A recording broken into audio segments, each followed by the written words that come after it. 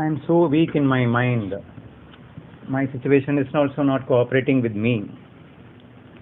In this situation, how could I get the ஞானா? அதாவது என்னுடைய மனதோ மிகவும் வீக்காக இருக்கின்றது, சூழ்நிலையோ என்னை தடுக்கின்றது, நான் ஞானத்தில் வெற்றி பெற முடியுமா அப்படிங்கிறது கேள்வி. Basically what is weakness? Weakness அப்படிங்கிறதுக்கும் ஸ்ட்ரென்த் அப்படிங்கிறதுக்கும் டிஃபரன்ஸ் என்ன அப்படின்னு பார்க்கணும்.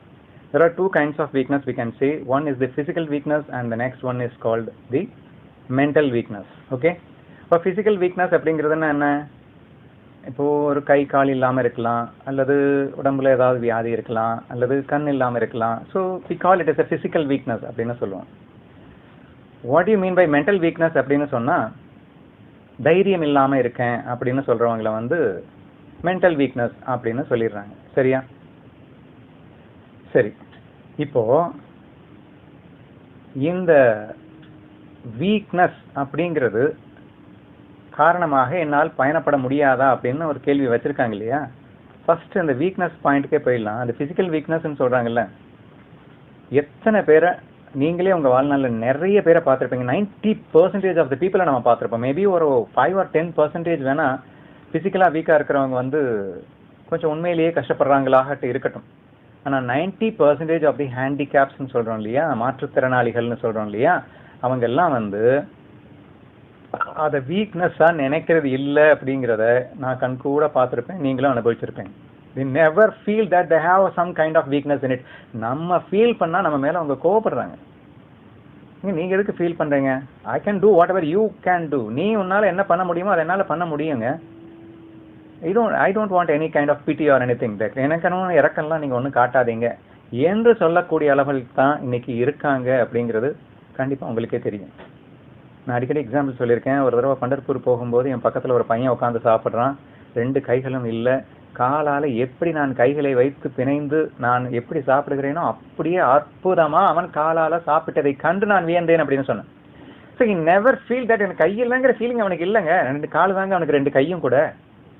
So there are many people who are managed to get into the extra strong level அப்படின்னு சொல்ல வரேன்.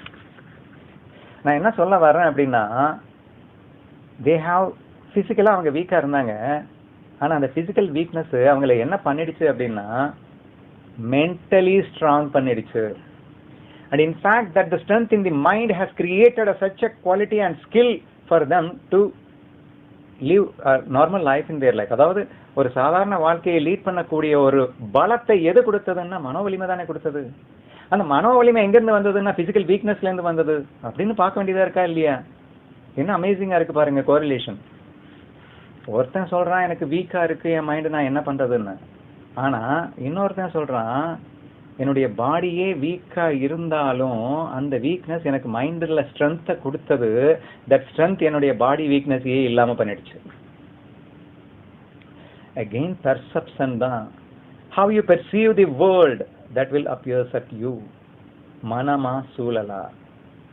ஸோ உன் மனம் எப்படி ஒரு விஷயத்தை அணுகுகின்றது என்பதை பொறுத்து you become a weak or you become a strong. நீ வீக்காக இருக்க போறியா ஸ்ட்ராங்காக இருக்க போறியா அப்படிங்கிறதே நீ தான் டிசைட் பண்ணுற. யூ ஹாவ் தட் பவர் அப்படிங்கிறத நம்ம புரிஞ்சுக்கணும் அப்படின்னு நான் சொல்ல வரேன். சரியா? இது ஒரு பாயிண்ட்டு. ரெண்டாவது, இந்த பாயிண்ட்டுக்கு வெரி சூப்பரான வேலிடான விஷயம் தான் முதல்ல நீங்கள் சொன்ன ஆன்சரு. அந்த எந்த விஷயத்தில் இன்ட்ரெஸ்ட் இருக்கோ அந்த விஷயத்தில் உன்னுடைய ஃபுல் மைண்ட் ஸ்ட்ரென்த்தை பொட்டன்ஷியலை யூஸ் பண்ணுறோமா இல்லையா? இங்கே பணம் வேணும் சம்பாதிக்க ஆரம்பிச்சிட்டான் அப்படின்னா நைட்டும் பழக்கம் உழைக்கலையா? முடியுது முடியலை அப்படிங்கிற கேள்விக்கே இடம் இல்லைங்க. Are we not trying? So நிறைய பேர் அவனை அச்சுறுத்தலாம், அடே வேணாண்டா முடியாதரா அப்படின்னு சொல்லலாம். ஆனால் அவனுக்கு பிடிச்சி போயிடுச்சு அப்படின்னா தடுக்கிறதுக்கு யாருமே முடியாது. ஸோ ஃபர்ஸ்ட் திங்க் பண்ணி பார்க்கணும், நம்ம எல்லாத்துலேயுமே வீக்காக இருக்கமா அப்படின்னு யோசிச்சா தெரியும். உனக்கு பிடிச்ச விஷயம்னு வந்தால் நீ அடம் பிடிச்சோ அழுதோ புலம்பியோ என்னத்தையோ சாதிக்கிறதுக்கு தயாராக தான் இருக்கு அப்படின்னு அர்த்தம். So don't try to cheat yourself as it saying that நான் வீக்காக இருக்கேன் நான் என்ன பண்ணுறதுன்னு கேட்காத. வீக்காக யாருமே இல்லை. உனக்கு ஆசை என்று ஒன்று வந்து விட்டால் அது ஆட்டோமேட்டிக்காக உனக்குள் பலத்தை தந்து விடுகிறது. ராஜேந்திரன் சொன்னார், எங்க அவன் வீக்காக இருக்கேன்னு சொல்கிறான்னா அவனுக்கு மோகம் இல்லைங்க ஞானத்தில் அப்படின்னாரு. எதில் அவனுக்கு மோகம் இருக்கோ அதில் ஆட்டோமேட்டிக்காக அவனுக்கு ஸ்ட்ரென்த் இருக்கும். அதனால் இதில் அவனுக்கு மோகம் இல்லையாக்கும், அதனால் அவர் வந்து எனக்கு வீக்குன்னு சொல்லிட்டு இருக்காராக்கும்னு அர்த்தம் அப்படின்னு சொன்னார். சரியா? அதையும் புரிந்து கொள்ள முயற்சிக்க வேண்டும். திருப்பி திருப்பி நான் உன்னை சொல்லிட்டு இருக்கேன், தடைகள் தான் உனக்கு மிகப்பெரிய உந்து சக்தியாக இருக்கின்றன. The more the difficulties the more the strength you will have in your mind அப்படின்னு சொல்லிட்டு இருக்கேன். அப்ப நான் ஏற்கனவே வீக்கா இருக்கேன், எனக்கு தடைகளுமே இருக்குன்னா வீக்கா இருக்கிறவனுக்கு தான் தடை வரணும். தடை வந்தாதான் ஸ்ட்ரென்த் ஆகும். அதுதானங்க நேச்சுரலிட்டி. என்னுடைய நண்பன் சங்கரின் கதைகளை நான் அடிக்கடி சொல்லிட்டே இருக்கேன். Family atmosphere is very worst, discouraging father, financially very worst. ஆனா அவன் ஃபர்ஸ்ட் ரேங்க் எடுக்கலையா? அத்தனை தடைகளையும் தாண்டி வந்தான். போய் சென்று கேட்டேன், எப்படியடா முடிந்தது என்று. Because of my weak situation என்று சொன்னான். சரியா? என்னுடைய ரொம்ப வீக்கான அந்த அட்மாஸ்பியர், எல்லாருமே எனக்கு எதிரிகளாக இருந்தார்கள், எல்லாமே எனக்கு சாதகமா இல்ல. அதன் விளைவு எனக்குள் அது வைராக்கியமாக உரமேறியது. எனக்கு மைண்ட் ஸ்ட்ரென்த்தே அதனால தான்டா வந்ததுன்னு சொன்னானா இல்லையா? எங்க நீங்க வீக்குன்னு சொல்லிட்டு இருந்தீங்க அப்படின்னு சொன்னா, really it is that weakness which is going to become a strength for you if you are really interested in it. இங்க மேட்ரு உனக்கு இன்ட்ரெஸ்ட் இல்லைங்கிறத ஒத்துக்காம என்னமோ வீக்குன்னு சொல்லிட்டு இருந்தா என்ன அர்த்தம்? அப்போ என்னுடைய நண்பனின் வாழ்க்கையில அவனுக்கு படிக்கணும் அப்படிங்கறது இன்ட்ரெஸ்ட் வந்துடுச்சு, அவ்வளவுதான். தடுக்கிற சக்தி உலகத்துல யாருக்குமே இல்லைங்க. பேசிக் மனமா சூழலா என்னங்க சொல்லுது? இறைவனே நினைத்தாலும் உன் மனதை மாற்றும் வல்லமை அவனுக்கு கிடையாது. உன் சூழல்களை மாத்தி மாத்தி அணைக்கலாம். பட் நீ சிரிக்கணுமா அலணுமாங்கிறத நீ தான் கடைசியில முடிவு பண்ணணும்னு சொல்லிட்டான்னு சொன்னமா இல்லையா? அப்போ நீங்க அழகா அடுத்தடுத்த எக்ஸாம்பிள் சொன்னீங்க. பிரகலாதன் எக்ஸாம்பிளும் காந்திஜி எக்ஸாம்பிளும் சொன்னீங்க. பிசிக்கலி 100% வீக் தாங்க அவங்க. But are they not win in their game just because of their interest? சுதந்திரத்தை வாங்கி தந்தாக வேண்டும் என்ற இன்ட்ரெஸ்ட் நம்ம காந்திஜிக்கு, நாராயணன் மேல் உள்ள பக்தி பிரகலாதனுக்கு. இங்க பக்தி இல்லை, இன்ட்ரெஸ்ட் இல்லை, பின்ன வீக்கா தான் இருக்கும். வீக் ஸ்ட்ரென்த் ஆகணுங்கிற தாகம் வேணுங்க. வீக்கா இருந்துகிட்டு வீக்காவே இருந்துகிட்டேன்னா அப்புறம் வீக்கா தான் இருக்கணும். வீக்கா இருக்கேனே நான் ஸ்ட்ரென்த் ஆகணுங்கிற தாகம் வந்தா போதுமே, ஆட்டோமேட்டிக்கா ஸ்ட்ரென்த்தா இல்லாம you will automatically find the ways, choose the ways. அந்த ராஜேந்திரன் சொன்ன மாதிரி அவங்கள கன்வின்ஸ் பண்ணணும்னு கூட அவசியம் இல்லை. அவங்களுக்கு அது புரியுதோ புரியலையோ, நம்ம போக வேண்டிய வாழ்க்கையில் போதிக்கலாம். அப்புறமா அவங்கள சீட் பண்ணா கூட தப்பு இல்லைன்னு சொன்னாரு. இந்த ஆல் தீஸ் ஐடியாஸ் எப்போ வரும் அப்படின்னா, ஒரு விஷயத்துல உனக்கு தாகம் வந்துடுச்சு அப்படின்னா அதை அடைய வேண்டும் என்ற முயற்சி எடுக்கும் போது எல்லாம் ஆட்டோமேட்டிக் ப்ராசஸ் ஆயிடும். வாசம் எல்லாம் வேசம் என்பது உனக்கு ஆட்டோமேட்டிக்காக புரிய ஆரம்பித்து விடும்னு சொன்னாரு. சரியா? ஸோ வேற என்ன சொன்னீங்க? Yeah, so the weakness can be improved only by practice. வீக்கா இருக்குன்னு தெரியுதுல்ல, அப்போ ப்ராக்டிஸ் பண்ணு. இதை என்னால் பண்ணவே முடியல, பண்ணி பாரு. ஆனால் 100 கிலோ தூக்க முடியலன்னா 10 கிலோவா தூக்கு, 5 கிலோவா தூக்கு. Slow and slow. உன்னால முடியாதது எதுவும் இல்லை என்று உன்னால் முயற்சித்து பார்க்காமல் சொல்லாத, முயற்சி பண்ணி பார்த்தா கண்டிப்பா முடியும் என்பதுதான் வெரி வெரி இம்பார்ட்டன்டான ஒரு விஷயம். சரியா? ஸோ ஆல் தீஸ் திங்ஸ் நான் சொன்னதில்லை, இது வரைக்கும் நீங்கள் சொன்னதெல்லாம், இது நான் பேசினது எல்லாமே நீங்கள் சொன்னது தான். எனக்குன்னு என்ன தோணுது அப்படின்னு கேட்டிங்கன்னா, இந்த மாதிரி பேசுறவங்க உண்மையிலேயே ரொம்ப சந்தோஷமா இருக்காங்கன்னு எனக்கு தோணுது. இப்போ நான் சொன்னேன், பண்டர்பூர்ல ஒரு பையன் காலால சாப்பிட்டான் அப்படின்னு சொல்லிட்டு, அவன் கைகள் இல்லாமல் அடுத்தவர்கள் ஊட்டி விடுவதை கஷ்டமாக நினைத்தான், விளைவாக அவன் காலால் சாப்பிட்டான். நல்லா புரிஞ்சுக்கோங்க.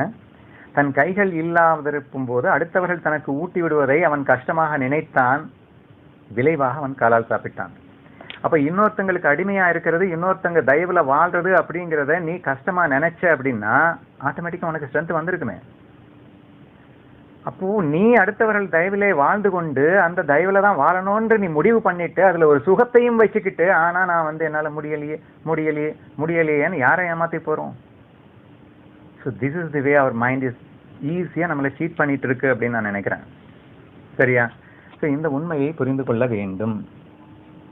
அதாவது யாரெல்லாம் எனக்கு ஞானத்துல இன்ட்ரெஸ்ட் இருக்கு ஆனா என் சூழல் தடுக்குது, எனக்கு வீக் மைண்டடா இருக்கு, எனக்கு ஸ்ட்ரென்த் இல்லைன்னு சொல்றாங்களோ அவங்க எல்லாம் அஜ்ஞானத்துல ஆனந்தமா வாழ்கிறார்கள் என்று புரிந்து கொள்ளுங்கள் என்று நான் சொல்ல வருகின்றேன். அவர்கள் புரிந்து கொள்ள வேண்டும். நான் அவங்ககிட்ட அதுதான் சொல்லுவேன். ஆனா நீ வந்து தெளிவா தான் இருக்க, சந்தோஷமா தான் இருக்க, உனக்கு ஞானம் எல்லாம் ஒன்றும் அவசியம் இல்லை, நல்லா தான் போயிட்டு இருக்க, வண்டி போகட்டும். இல்லைங்க எனக்கு ஞானம் வேணும், நான் கஷ்டப்படுறேன். கஷ்டப்படுபவன் ஆட்டோமேட்டிக்காக முயன்று விடுவான். ஏதோ ஒரு நம்ம சொல்றோம்னா அதை செய்யறதுக்கான முயற்சியை அவன் ஆட்டோமேட்டிக்கா எடுப்பாங்க. ஆனா எடுக்கல அப்படின்னா நீங்க கஷ்டப்படலன்னு தானே அர்த்தம். ஆனா நம்ம விஷனுக்கு அவங்க கஷ்டப்பட்டுட்டு தான் இருப்பாங்க. நல்லா புரிஞ்சுக்கோங்க, அவங்க பாயிண்ட் ஆஃப் வியூல அவங்க கஷ்டப்படல, உரைக்கலைன்னு அர்த்தம். எரும மாட்டுக்கு எவ்வளவு வலிச்சாலும் உரைக்காத வரைக்கும் அந்த பாயிண்ட் ஆஃப் வியூல அந்த எரும மாட்டுக்கு அது சுகம் தானே என்ற அடிப்படையில் தான் நான் அதை பார்க்க வேண்டியது இருக்குன்னு சொல்றேன். ஒரு பொண்ணுகிட்ட நான் திருப்பி திருப்பி சொல்றேங்க, அடிக்ஷன்ல இருந்து வெளியே வந்தாதான் உன்னால நிம்மதியா வாழ முடியும்னு சொல்லிட்டு அவ படுற அவஸ்தை என்னால தாங்க முடியாம எனக்கு கண்ணீர் வருது அப்படிங்கிறதுக்காக கேட்கிறேன், அடிக்ஷன்ல இருந்து வெளியே வா அப்படின்னு. ஆனா மாட்டேன் அப்படின்னு கூலா சொல்ற அப்படின்னா அவ சந்தோஷமா இருக்க அந்த அடிக்ஷன்ல. அவளை பொறுத்த வரைக்கும் அந்த அடிக்ஷன் துக்கமாவே தெரியல, ஆனா எரும மாட்டுக்கு உரைக்கலன்னு அர்த்தம். சரியா? ஸோ அந்த மாதிரி இருக்கும்போது ஒண்ணுமே பண்ண முடியாதுன்னு சொல்ல வரேன். சரி, நம்ம என்ன ஞானத்தை கத்துக்கணும் அப்படிங்கறதான நம்ம டிஸ்கஷன். நம்ம இங்க சத்சங்கத்துக்கு உட்காந்துருக்கோம் அப்படின்னு சொன்னா அடுத்தவங்களுக்காக உட்காரல, அடுத்தவங்களுக்கு சொல்றதுக்காக உட்காரல. நான் என்ன கத்துக்கணும் இந்த விஷயத்துல, என் மைண்ட் எப்படி சீட் பண்ணிட்டு இருக்குங்கிறத தெளிவா விழிப்பா இருந்து கவனிக்கணும். இந்த மாதிரி எல்லாம் சீட் பண்ணுகின்றது என்பதை உணர்ந்து கொண்டு தப்பித்தவறி என்னை நான் சீட் செய்து கொள்ளாமல் இருக்க வேண்டும் என்ற முயற்சியை நான் எடுத்துக்கொள்ள வேண்டும். ஒண்ணு. ரெண்டாவது, ஞான தாகம் அதிகரிக்கணும் அப்படின்னு சொன்னா ஃபர்ஸ்ட் ஞானத்தை கொஞ்சமாவது அனுபவிச்சா மட்டும்தாங்க வரும்.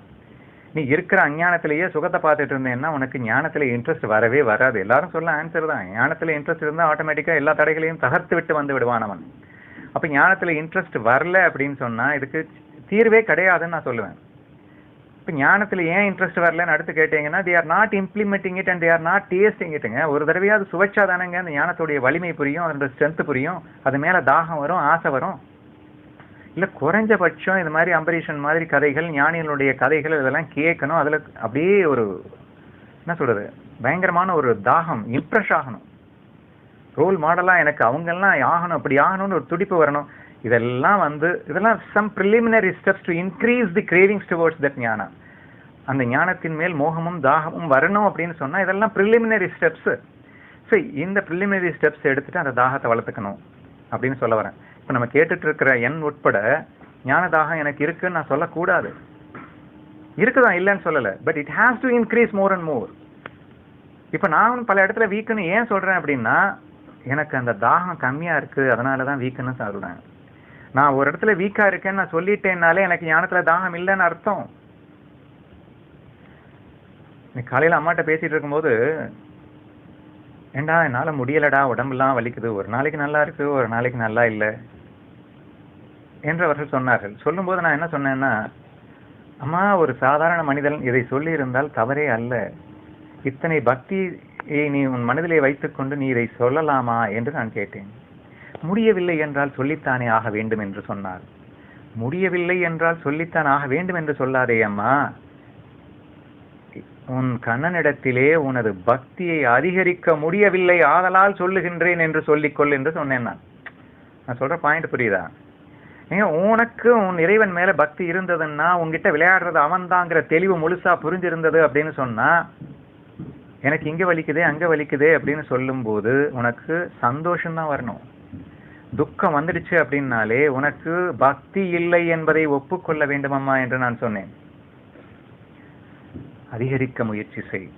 There is the chance and opportunity for us. நம்ம நினைச்சிட்டு இருக்கோம் நமக்கு பக்தி இருக்குன்னு. இருந்ததுன்னா அந்த வழி உனக்கு வேதனையை தந்திருக்க கூடாது, ஆனந்தத்தை தந்திருக்க வேண்டும். அப்ப வேதனையை தருது அப்படின்னா வீக்குன்னு சொல்லாத, வீக்னஸ் இன் தி பக்தின்னு சொல்லு அப்படின்னு.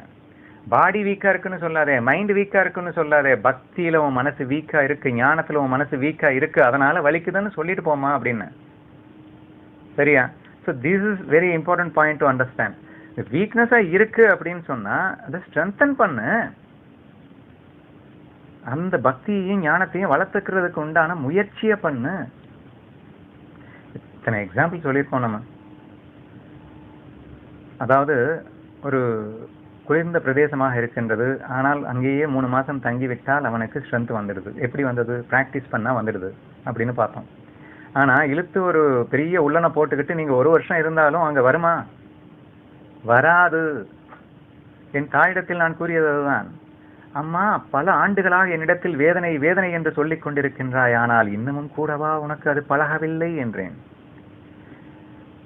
உச்சகட்ட குளிர் -10 டிகிரிஸில ஒருத்தன் சட்டை இல்லாம வாழ்ந்து காட்டுறான். ஏன்? பிராக்டிஸ் பண்ண அந்த குளிரை கூட ஆனந்தமாக அனுபவிக்க முடியும் என்று நிரூபித்து காட்டிக் கொண்டிருக்கிறான் என்றால், உடலின் எப்பேற்பட்ட வேதனையாயினும் முயன்றால் அது சுலபமாக அனுபவிக்க முடியும் என்றுதானே அர்த்தம். அப்ப வருஷ கணக்குல வலி வலின்னு சொல்லிட்டு இருக்க, ஆனா தாங்க முடியலன்னு சொல்லிட்டு இருக்க அப்படின்னா, நீ வலியை அனுபவிக்க முயற்சிக்கவில்லை, வலியை வெறுக்கத்தான் முயற்சித்துக் கொண்டிருக்கின்றாய். நீ வலியை வெறுத்துக் கொண்டிருக்கும் வரை இதற்கு விடிவே கிடைக்காது, மைண்ட் வீக்காவே தான் இருக்கும், ஸ்ட்ரென்த் ஆகாது. வெல்கம் பண்ணு, இறைவனின் பிரசாதம் என்று முயற்சி செய்து சேர்ந்து பார். குளிர்ல, அதாவது -20 டிகிரில -5 டிகிரிஸ்ல ட்ரெஸ் இல்லாம அவனால வாழ்ந்து காட்டுறான் அப்படின்னு சொன்னா, அவனுக்கு பக்தி கூட இல்லைங்க. ஜஸ்ட் அவன் மைண்ட்ல இருக்கக்கூடிய ஸ்ட்ரென்த்தை வச்சுக்கிட்டு அதை அச்சீவ் பண்ணி காட்டுறான். உனக்கு இறைவன் என்ற மிகப்பெரிய சக்தி ஒன்று பக்தி வேற ஒன்று இருக்கின்றது என்று சொல்கின்றாய் என்றால், அவனை விட உனக்கு மிகச் சுலபமாகத்தானே இருக்க வேண்டும். How could you say that I am weak in my mind and weak in my physical health? There is no weakness in physical, பாடியிலையும் மைண்ட்லையும் வீக்னஸ் அப்படிங்கிறதுல ஒண்ணுமே கிடையாது. நாம ஸ்ட்ரென்த்தாக விரும்பலன்னு அர்த்தம். வீக்கா இருக்கிறதுல சுகம் காண்கின்றோம் என்ற அர்த்தம். எரும மாடா இருக்கிறோம்னு அர்த்தம். உரைக்கலன்னு அர்த்தம். எங்க உரைச்சா அதுக்குண்டான விடிவை தேடித்தானே ஆகும். ஆன்சர் தெரிஞ்சுக்கிட்டு அதை ஃபாலோ பண்ணலைன்னா என்னங்க அர்த்தம்? கையில மருந்து இருந்துச்சு நான் சாப்பிட மாட்டேன் அப்படின்னு சொன்னான்னா அவன் என்ன சொல்லுவேங்க? எரும மாடுன்னு தானே சொல்ல வேண்டியது இருக்கு. ஞானம் என்ற அருமருந்தும் பக்தி என்ற அருமருந்தும் கையில் வைத்துக் கொண்டு நான் வீக்காக இருக்கின்றேன், அனுபவிக்க முடியவில்லை என்று நீங்கள் எப்படி சொல்ல முடியும்? Because still you are enjoying in the ignorance. ஞானத்தின் தாகம் குறைவாக இருப்பதற்கு காரணம் அஜ்ஞானத்தில் சுகம் காண்பதுதான் என்று நான் கூற வருகின்றேன். அப்ப ஞானத்துல முழுமையான இன்ட்ரெஸ்ட் டெவலப் பண்றதுக்கு நான் சொன்ன அந்த சின்ன சின்ன டிப்ஸ் எல்லாம் ஃபாலோ பண்ணி அதுல கொஞ்சம் கொஞ்சமா அனுபவிச்சு முன்னேறினீங்கன்னா இந்த ஸ்ட்ரென்த் அப்படிங்கிறது ஆட்டோமேட்டிக்கா வரும். அஃப்கோர்ஸ் ஸ்ட்ரென்த் பிராக்டிஸ் மூலியமா தான் வரும். ஆனா பிராக்டிஸ் எப்ப பண்ணுவீங்க? ஞானத்துல இன்ட்ரெஸ்ட் இருந்தா தான் பிராக்டிஸ் பண்ணுவோம், இல்லைன்னா பிராக்டிஸே பண்ண மாட்டோம். வேதனைன்னு அல தெரியுது, ஒரு சின்ன ஒரு மெட்டீரியல் சுகம் வந்துச்சுன்னா அந்த ஈகோவை டெவலப் பண்ணிட்டு அந்த பக்கமா போயிடுறது. பின்ன போனா திருப்பி வந்து இந்த பின்பக்கமா பின்விளைவுகள் அளத்தான் வேண்டி இருக்கும். ஆனா மதி மயங்கி விடுகின்றது. சோ இந்த காரணத்தினால்தான் நாம் வீக் என்ற ஒரு வார்த்தையை கூறுகின்றோம். இறைவன் யாரையுமே வீக்கா படைக்கவில்லை என்பதுதான் உண்மை. மனம் என்ற மாபெரும் வரத்தை கண்ணன் கொடுத்து அனுப்பினான். எப்பேற்பட்ட சூழலாகட்டும் உன்னால் மகிழ்ச்சியாக வாழ முடியும் என்ற வரத்தை கொடுத்து விட்டான். உனக்கு அல்ல, எனக்கல்ல, உலகத்தில் உள்ள அத்தனை பேருக்கும். இதை விட வேற என்னங்க வேணும் ஸ்ட்ரென்த்துக்கு? So the strength of all strength is within you. நெத்தி பொட்டுல துப்பாக்கியை வச்சுக்கிட்டு உன்னை அள வைக்க முடியும்னு இறைவனை நினைச்சாலும் முடியாதுன்னு சொல்லிட்டேன்னா who is actually the most strength? மனதின் சக்தி அப்பேற்பட்ட சக்தியாக இருக்கும்போது தயவு செய்து யாருமே நான் ஒரு வீக்கா இருக்கேன், என்னால முடியல, என்னோட என்ன செய்யறது, எனக்கு வீக்குங்க, உங்களுக்கு கெப்பாசிட்டி இருக்கு, ஞானதேவருக்கு கெப்பாசிட்டி இருக்கு, அவர் வந்துட்டாரு, ஆனா எனக்கு வீக்கா இருக்கு என்று தயவு செய்து என்னை நாம் ஏமாற்றிக் கொள்ள வேண்டாம். உடனே நீங்க கேட்கலாம், அப்ப ஞானதேவர் ஸ்ட்ரென்த் எல்லாருக்கும் இருக்கா, அவர் இன்ஸ்டன்ட்ல ஆனாரு, நீங்க ஆயிட்டீங்களா அப்படின்னு. அப்படி நான் நினைக்க சொல்லல. வீக்குன்னு நினைக்க வேண்டாம். அப்படி நினைச்சேங்க அப்படின்னா ஒர்க் ஹார்ட், அவ்வளவுதானே. நான் ஞானதேவர் மாதிரி இன்ஸ்டன்ட்ல வர முடியாது, வேணாம், வீக்கா இருக்கல. அப்ப என்ன பண்ணணும்? அவர் ஒர்க் ஹார்ட் பண்ண வேணாங்க, அவர் இன்ஸ்டன்ட்ல வந்துருச்சு, அவன் ஃபர்ஸ்ட் ரேங்க், அவனால அவன் படிக்கணும்னு அவசியம் இல்லை. நீ வீக்குன்னு புரியுது இல்ல, அப்ப ஒர்க் ஹார்ட் பண்ணு. ஞானத்தை புரிந்து கொள்வதற்காக நீ 24 நேரம் இறை சிந்தனையிலே திளைத்து, அல்லது யூடியூப்ல எங்க யாரும் எஸ்கேப்பே பண்ண முடியாது. நான் அந்த சத்சங் கேட்க விட மாட்டேன்னு சொல்றாங்க, போன்ல கூட கேட்க விட மாட்டேன்னு சொல்றாங்க, யூடியூப் கூட பார்க்க விட மாட்டேன்னு சொல்லியிருப்பாங்க. யூடியூப்ல இருக்கே லட்சக்கணக்கான ஸ்பிரிச்சுவல் நாலேஜ் எங்கெங்க இல்ல, திரும்பிய பக்கம் எல்லாம் ஞானம் தானே கொட்டி கிடக்கிறது. நீ உனக்கு அதுல வந்து போகணும்னு முடிவு எடுத்துட்டேன்னா ஆட்டோமேட்டிக்கா கதவு திறந்துதான் இருக்கும். சும்மா வந்து வீக்குன்னு என்று நாம் சொல்லிக் கொள்வது ஏமாற்று வேலையே என்பது என் தீர்மானமான கருத்து. ஆதலால் இவ்வுலகில் எவருமே வீக் கிடையாது, எல்லாருமே ஸ்ட்ராங் தான். ஞான தாகம் என்பதே அந்த ஸ்ட்ரென்த்தை நிர்ணயிக்கக்கூடிய விஷயமாக இருக்கின்றது. தாகத்தை வளர்ப்போம், வீக்னஸை விரட்டுவோம், பக்தியை உயர்த்துவோம், ஞானத்தில் மிளிர்வோம்.